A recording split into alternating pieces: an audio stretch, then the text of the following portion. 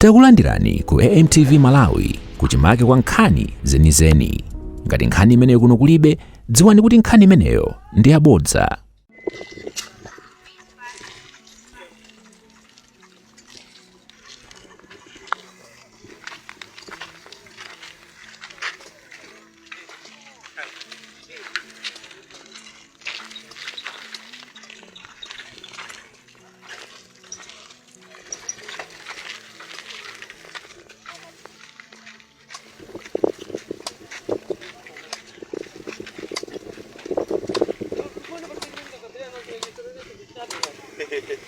Jamani utandeni.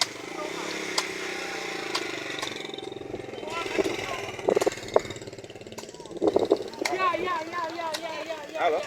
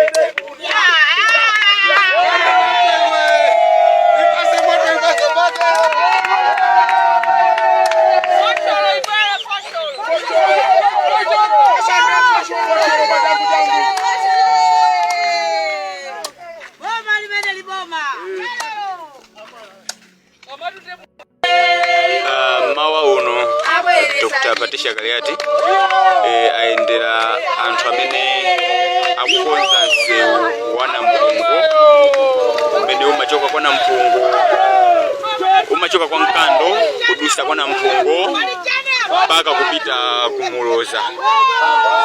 Ndiye ayambisa ntchito yokonza nsewu umenewu ncholinga kuti mayendedwe akhale osavuta Mulanje West. Nsomero ndo otali kwambiri komanso umathandiza anthu mu ntchito zosiyana-siyana, ntchito za mayendedwe mene mukuonera anthu a business, anthu amene amagwira ntchito amagulisa katundu wawo, anthu amene amayenda pasika wa Nkando amakhala akugwirisa ntchito nsewu umenewu tsiku ndi tsiku mene mukuonera, koma mayendedwe amakhala ovuta kwambiri. Ndi chifukwa Dr. Patricia Galiati aganiza zofuna kukonza nsewu umenewu kuti mwina ntchito za mayendedwe kuno ku Mulanje West zikhale zosavuta. Osayiwala kupanga subscribe ku channel ya AMTV Malawi.